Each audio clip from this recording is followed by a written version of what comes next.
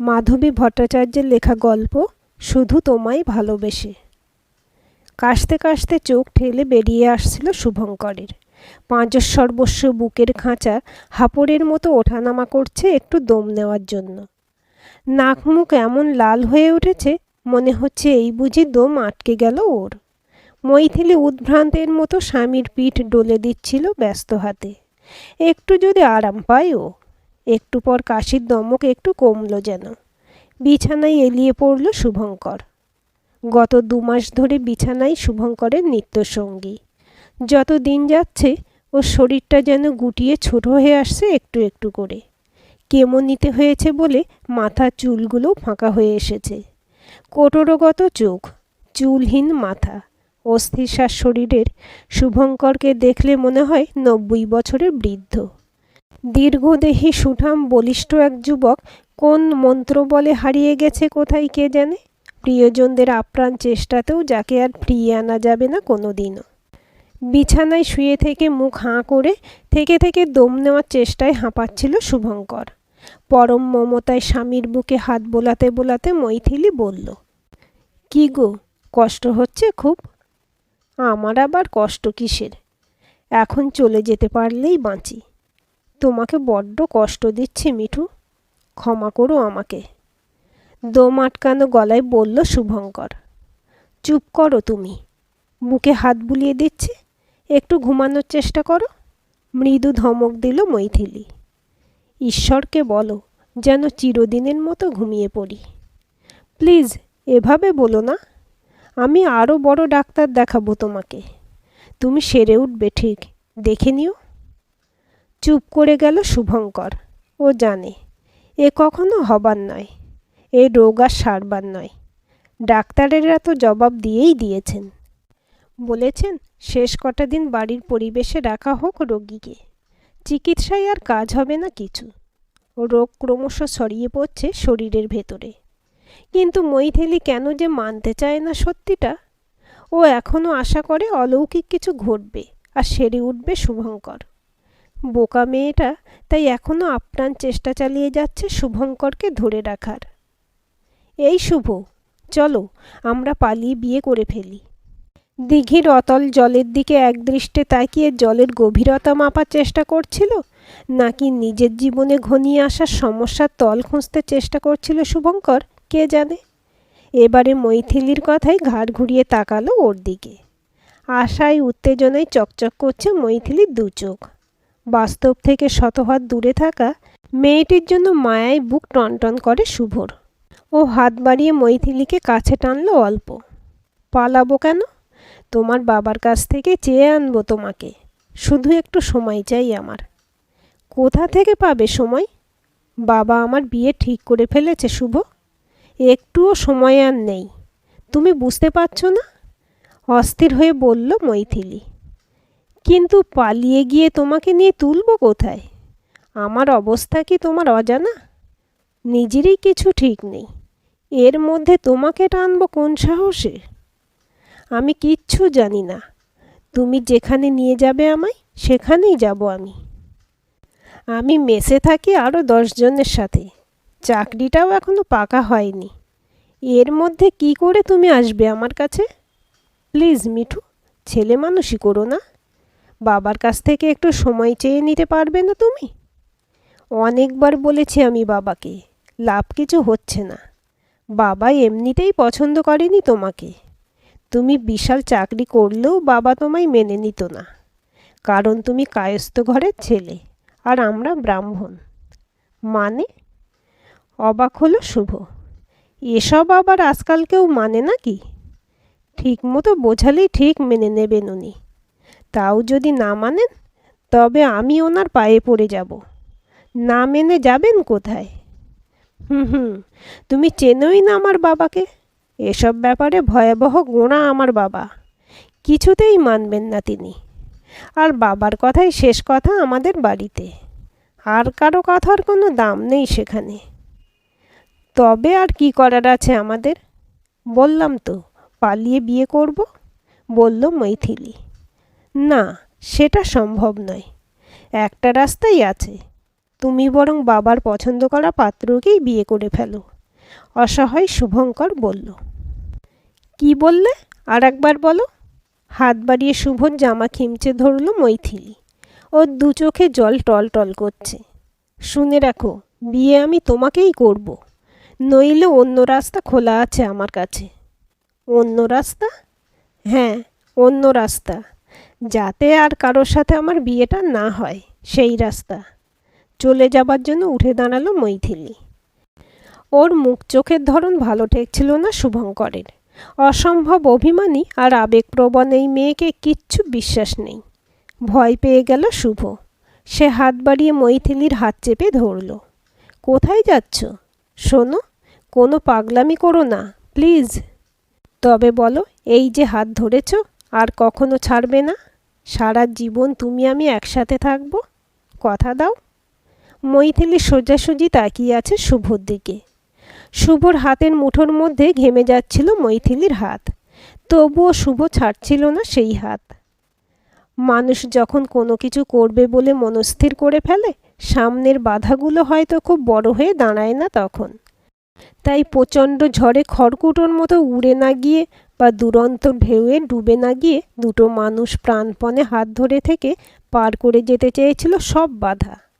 শুভ প্রচণ্ড ঝুঁকি নিয়ে মেজবাড়ি ছেড়ে ছোট্ট একটা ঘর ভাড়া করেই ফেলল শেষ পর্যন্ত।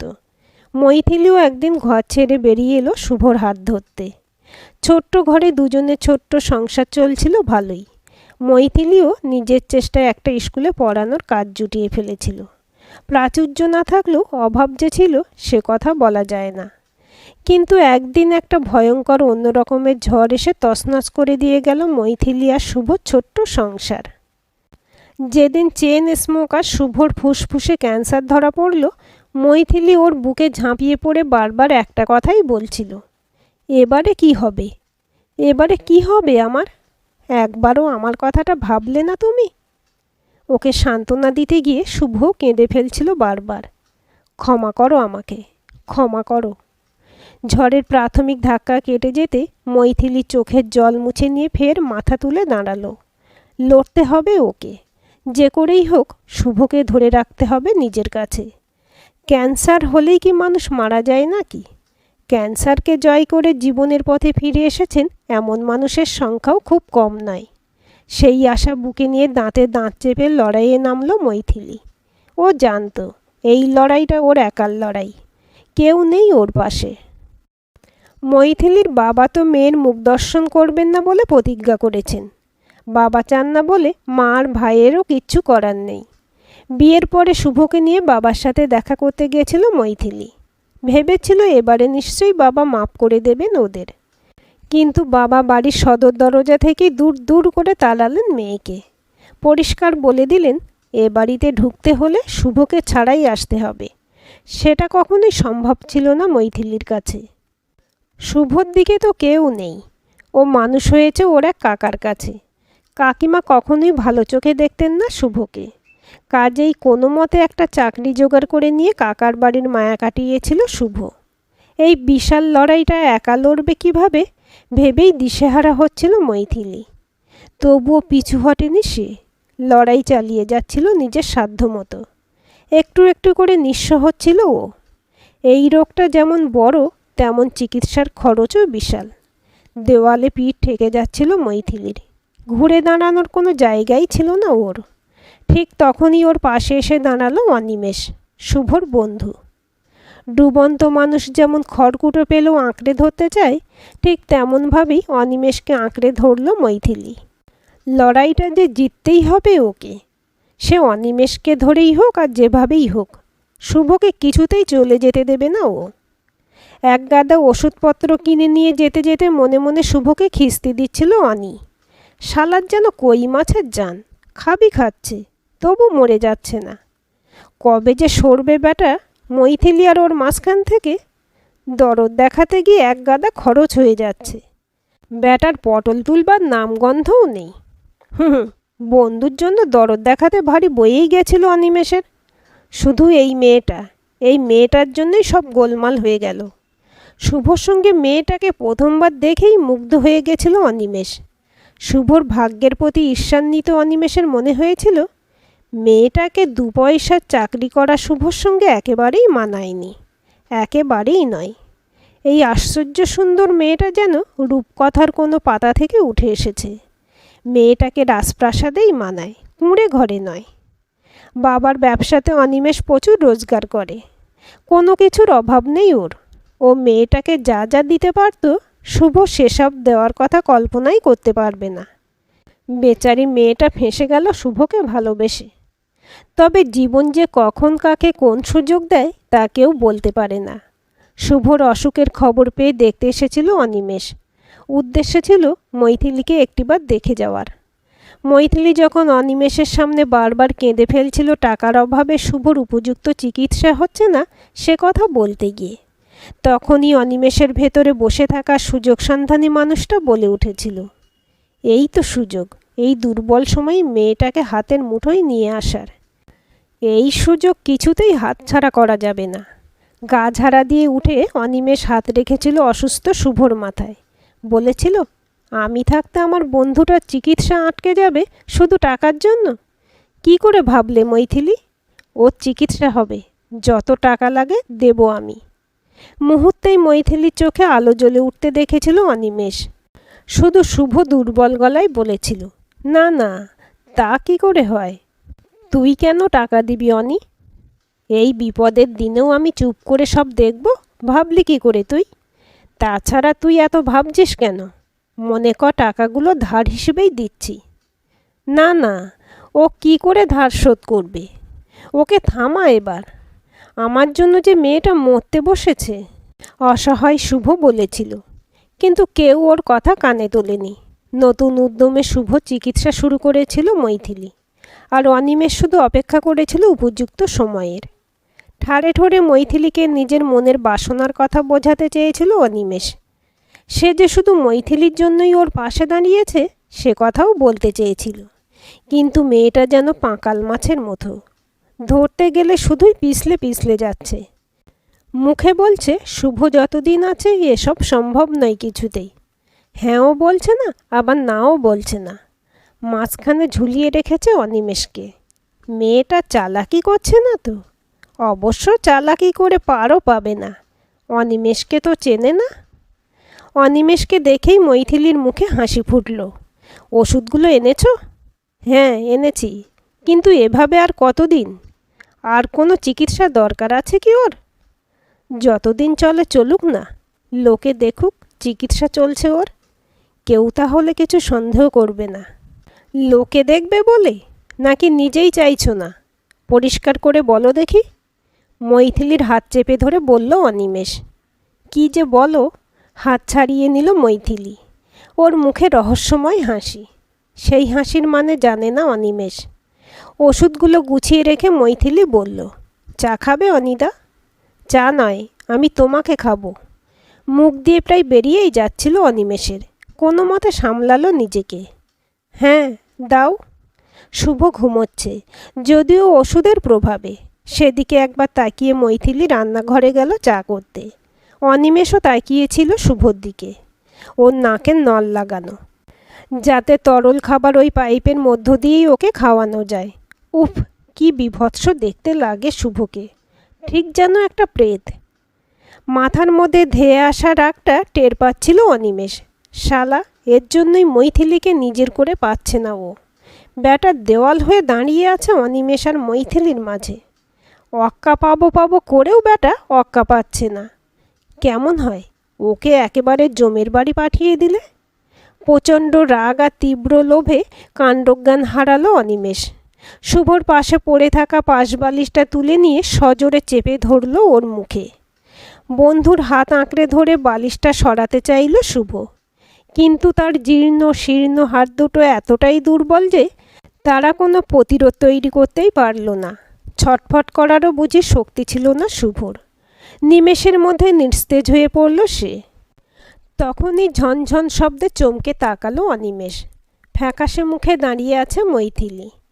ওর হাত থেকে কাপ ডিশ মেঝেতে পড়ে চুরমার হয়ে গেছে। উফ, একটুর জন্য ধরা পড়ে গেল অনিমেষ। মেয়েটা কি আর একটু সময় রান্নাঘরে থাকতে পারল না? পাগলের মতো ছুটে এসে অনিমেষকে ধাক্কা দিয়ে সরিয়ে শুভর মুখ থেকে বালিশটা তুলে নিল মৈথিলি। নিথর শুভর প্রাণহীন শরীরটা পাগলের মতো ঝাঁকাতে লাগলো।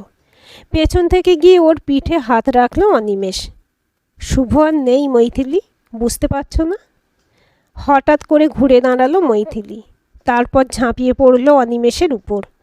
আঁচড়ে কামড়ে খিমচে একেবারে অস্থির করে তুলল অনিমেষকে। কেন এটা করলে? কেন? শুভকে মেরে ফেলেছ তুমি? কেন? কেন? কোনো মতে মৈথিলিকে ধাক্কা দিয়ে সরালো অনিমেষ। মৈথিলির দু গাল ভিজে যাচ্ছে অবিরাম জলের ধারায়। সেদিকে তাকিয়ে অনিমেষ বলল, শান্ত হও তুমি। শুভ তো এমনিতেই মরত, কদিন আগে বা কদিন পরে। বেঁচে থেকে যে কষ্ট পাচ্ছিল ও, তার থেকে ওকে মুক্তি দিলাম আমি আজ। তুমিও তো এটাই চাইছিলে। বারবার তুমি কি বলনি যে যতদিন শুভ আছে ততদিন কিছুই সম্ভব নয়? তাই তো শুভকে সরিয়ে দিলাম আমি। বজ্রাহতের মতো থমকে গেল মৈথিলি, যেন বিষাক্ত সাপের কামড় খেয়েছে। সেভাবেই তীব্র যন্ত্রণায় নীল হয়ে উঠল তার মুখ। যন্ত্রণায় বেঁকে চুরে গেল তার মুখের প্রতিটি পেশি। সেদিকে তাকিয়ে এগিয়ে গেল অনিমেষ। দু হাতে মৈথিলির কাঁধ চেপে ধরে বলল, আমি যা করেছি সব তোমাকে পাবো বলে করেছি। এবারে তুমি আর আমি এক হয়ে যেতে পারি। কেউ নেই আর আমাদের মাঝখানে। তীব্র আঘাতে নীল হয়ে ওঠা মৈথিলির মুখের পেশিগুলো নড়ে উঠল এবার। অস্পষ্ট বলল, হ্যাঁ, আমি তো বলেছিলাম যতদিন শুভ আছে ততদিন কিছুই সম্ভব নয়। তাহলে ঠিকই করেছো তুমি, ঠিক করেছো। এবারে তুমি আর আমি এক হয়ে যেতে পারবো। ব্যাপারটা এত সহজে হবে আশা করেনি অনিমেষ, তাই বেজায় খুশি হয়ে উঠল ও। আনন্দের চোটে বলে ফেলল, তাহলে কালই চলো আমার সাথে। খুব শীঘ্রই বিয়ে করব আমি তোমায়। না, এক্ষুনি নয়, লোকে সন্দেহ করবে। সবাই ভাবুক এটা স্বাভাবিক মৃত্যু। রোগে ভুগে মারা গেছে শুভ। ওর শেষ কাজটা হয়ে যাক, তারপরেই আমি তোমার হয়ে যাব। সত্যি? কি বুদ্ধি তোমার! আনন্দে গদগদ হয়ে বলল অনিমেষ। ওর দু চোখে তখন লোভের ছায়া। পরপর সব ঘটনা খুব স্বাভাবিকভাবেই ঘটে গেল কয়েকদিন ধরে। শুভর মৃত্যু নিয়ে কেউ কিছু সন্দেহ করল না। এতদিন ধরে রোগে ভোগা মানুষ তো এভাবেই হঠাৎ করে মারা যায়, এতে অস্বাভাবিক কিচ্ছু নেই। সময় মতো শুভ শেষ কাজটাও হয়ে গেল। পুরো ব্যাপারটা এত নিখুঁতভাবে সামলেছে মৈথিলি, কেউ ঘূর্ণাক্ষরেও টের পায়নি ভেতরে ভেতরে এত কিছু ঘটে গেছে। শুভর কাজ শেষ হওয়ার কিছুদিন পরেই মৈথিলি নিজের থেকেই বলল, এবারে বিয়ে করো আমায়, আর দেরি করো না। সবাইকে জানিয়ে এই মুহূর্তে বিয়েটা সম্ভব নয়, তাই কালীঘাটে গিয়ে মৈথিলিকে সিঁদুর পরিয়ে দিল অনিমেষ। পরে রেজিস্ট্রি করে নিলেই চলবে। বিয়ের পরেই মৈথিলিকে নিয়ে নিজের ফাঁকা ফ্ল্যাটে চলল অনিমেষ। আজ পুরো দিন আর রাত ওখানেই কাটাবে ওরা। ভেতরে ভেতরে চাপা উত্তেজনায় ফুটছিল অনিমেষ। এতদিনে মনের মতো মেয়েটিকে একেবারে নিজের করে পাবে ও। মৈথিলির শরীরের উষ্ণতার স্বাদ নেওয়ার আশায় তর সইছিল না অনিমেষের। ফ্ল্যাটে পৌঁছে মৈথিলি মুগ্ধ হয়ে বলল, বাহ, কি সুন্দর তোমার ফ্ল্যাট, কেমন সাজানো গোছানো। এখন থেকে এই ফ্ল্যাটটা তোমারও, তুমি নিজের মতো করে সাজিয়ে নিও আবার, বলল অনিমেষ। খুশি হয়ে মাথা নাড়ল মৈথিলি। বাইরে থেকেই লাঞ্চ করে এসেছিল দুজনে, তাই সারা দুপুর জুড়ে ঘর গোছালো মৈথিলি। আর কি কি কিনে আনলে ঘরটা আরও সাজানো যাবে সে বিষয়ে টুকটাক পরামর্শ করল অনিমেষের সাথে। মৈথিলি যে এত শিগগিরই শুভকে ভুলে গেছে দেখে ভালো লাগছিল অনিমেষের। অবশ্য শুভ তো এমনিতেই মরেছিল, ও প্রেতকে মনে করে রাখার তো কিছু নেই। মৈথিলিকে একবার ছুঁয়ে দেখার তীব্র বাসনায় মনে মনে পুড়ে যাচ্ছিল অনিমেষ, কিন্তু মৈথিলি সেই সুযোগ দিলে তবে তো। ধৈর্য ধরে অপেক্ষা করছিল অনিমেষ। মৈথিলি নিজে থেকেই যখন এতটাই গিয়েছে, বাকিটুকু তবে আটকে থাকবে কেন? প্রিয় নারী নিজে থেকে ধরা দিলে যে আনন্দ, জোর করে কেড়ে নেওয়াতে কি সেই আনন্দ থাকবে? বিকেলে টিভি খুলে বসেছিল অনিমেষ। মৈথিলি এখনও কী সব খুটখাট করছে কে জানে। একসময় কাছে এলো ও, নরম স্বরে বলল, তুমি কি এখন চা খাবে? চা নয়, আমি তোমাকে খাবো, এতদিনে পরিষ্কার গলায় বলল অনিমেষ। ওর দু চোখে দুষ্টুমির হাসি। মৈথিলিও হেসে ফেলল, বলল, হুম হুম। এখন এসব নয়, পুরো রাতটাই তো পড়ে রয়েছে। মৈথিলীর হাসিমাখা চোখ দুটোর দিকে তাকিয়ে পাগল হয়ে যাচ্ছিল অনিমেষ। উফ, আমার মাথা ব্যথা করছে কেন এত? ঝিমঝিম করছে শরীর, বমি পাচ্ছে। এত কষ্ট হচ্ছে কেন আমার? আমাকে ডাক্তারের কাছে নিয়ে চলো এক্ষুনি, প্লিজ। ছটফট করছিল অনিমেষ। সামনে পড়ে আছে খালি চায়ের কাপ। মৈথিলী যেন পাথরের মূর্তি। অনিমেষের কোনো কথাই স্পর্শ করছে না ওকে। নির্নিমেষ নয়নে অনিমেষের দিকে তাকিয়ে আছে ও। ছটফট করতে করতে অনিমেষ একসময় চিৎকার করে উঠল, কি খাইয়েছ তুমি আমাকে? কি করেছ তুমি? মৈথিলী তবুও নড়ে না। সে শুধু তাকিয়েই থাকে শুধু। একসময় স্থির হয়ে গেল অনিমেষ। সেদিকে তাকিয়ে নড়ে উঠল পাথরের মূর্তি। উঠে দাঁড়ালো ও। টলতে টলতে বেরিয়ে গেল বাইরে। আর একটা কাজ যে বাকি রয়ে গেছে। ইন্সপেক্টর অসীম সামন্ত স্তব্ধ বিস্ময়ে তাকিয়েছিলেন মিষ্টি দেখতে মেয়েটার দিকে। তখন থেকে কী সব আবোল তাবোল বলেই চলেছে ও। মেয়েটা কি মানসিকভাবে সুস্থ? ওদিকে মেয়েটা তখনও বলেই চলেছে, আমাকে গ্রেপ্তার করুন স্যার, একজনকে খুন করেছি আমি। এই একটু আগেই চায়ের সাথে বিষ মিশিয়ে মেরে ফেলেছি লোকটাকে। আমার কাছে আর কিছু উপায় ছিল না। লোকটা আমার চোখের সামনে আমার অসুস্থ স্বামীকে খুন করেছে। লোকটাকে নিজের হাতে শাস্তি দেওয়া ছাড়া আর কোনো উপায় ছিল না আমার কাছে। কারণ আমার জন্যই লোকটা খুন করেছে শুভকে। বিশ্বাস করুন, আমি যা করেছি শুভকে বাঁচাবার জন্যই করেছি। শুভ ছাড়া যে কেউ ছিল না আমার। বুঝতে পারিনি লোকটাই শুভর মৃত্যুর কারণ হবে। আমাকে শাস্তি দিন ইন্সপেক্টর। দুটো মানুষ খুন হয়েছে আমার জন্য। আমার স্বামীর মৃত্যুর জন্য আমিই দায়ী। হাউ হাউ করে কাঁদছিল মেয়েটা। ইন্সপেক্টর সামন্ত মেয়েটাকে সময় দিচ্ছিলেন নিজেকে সামলে নিতে। মেয়েটার কাছ থেকে ঠিকানাটা জেনে নিয়ে ভিকটিমের বডি পোস্টমর্টমের জন্য পাঠাতে হবে। কেস হিস্ট্রিটাও লিখে ফেলতে হবে ভালো করে। আজকের গল্পটি কেমন লাগলো কমেন্ট করে জানাবেন। ভালো লাগলে লাইক শেয়ার করবেন। আর চ্যানেলটি সাবস্ক্রাইব করে বেল আইকনটি ক্লিক করে রাখতে ভুলবেন না।